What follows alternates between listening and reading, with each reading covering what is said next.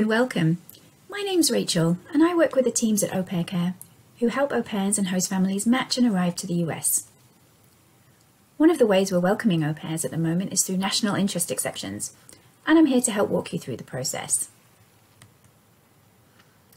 One of your main questions might be, what is a national interest exception?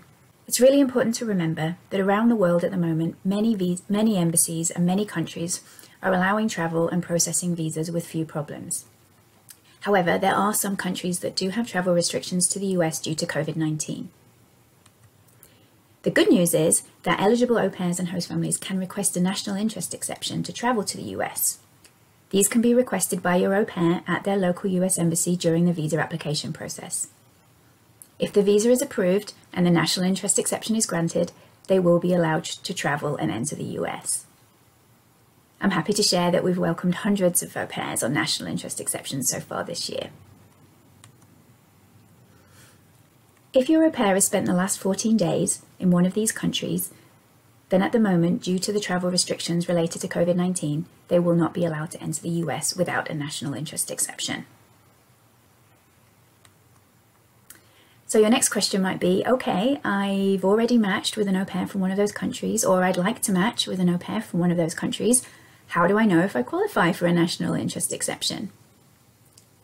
Well, the Department of State has listed all of the requirements on their website, but essentially there are two main routes for an au pair and a host family.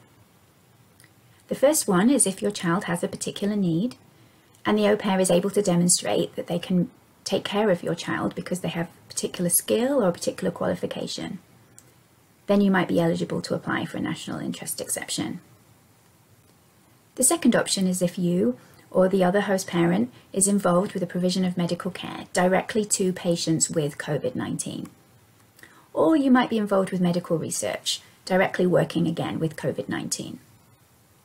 If you meet those requirements, you'll be eligible to apply for a national interest exception. I'd like to reassure you that the process is reasonably straightforward. However, they do vary across different US embassies and across different countries. For that reason, we do recommend that au pairs follow the process outlined by their local embassy.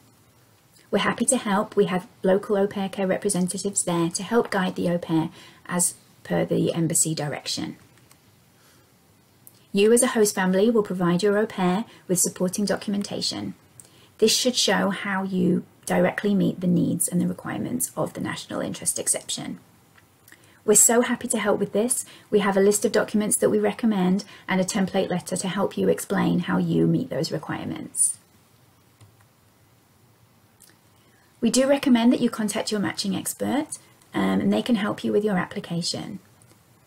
Some of the examples of the documentation that we recommend are, for example, if you are a doctor who is working with COVID patients, then we'd recommend a letter from your employer or a hospital badge to demonstrate that you are working directly with COVID patients. If you have a child with a particular need, then perhaps we'll recommend a doctor's letter which confirms their medical diagnosis, or a document from the school or school board. The important thing to remember if you're applying for the particular needs exception is that your au pair will also need to demonstrate how she is able to take care of the child. So for example, if she has a qualification or she has some particular experience, how can she document that? We might recommend an employer reference letter or her teaching certificate, for example. We're so happy to help you. We have matching experts who have worked with lots of host families through this process. So we really do recommend that you keep in close contact with us and let us know when you begin. Similarly, au pairs should continue to inform our local AuPairCare representatives and update their portal with any new information, like for example, a visa appointment date or visa approval. A recent update from the Department of State means that now national interest exceptions are valid for 12 months and for multiple entry. And finally, just a reminder that approvals are at the discretion of the local US embassy. AuPairCare unfortunately doesn't have any control over the decisions of the local consular officer. However, just a last note of reassurance, AuPairCare has welcomed over 600 au pairs this year with national interest exceptions. We're so looking forward to working with you. Please don't hesitate to reach out if you have any questions at all, and we're really looking forward to welcoming your au pair. very soon.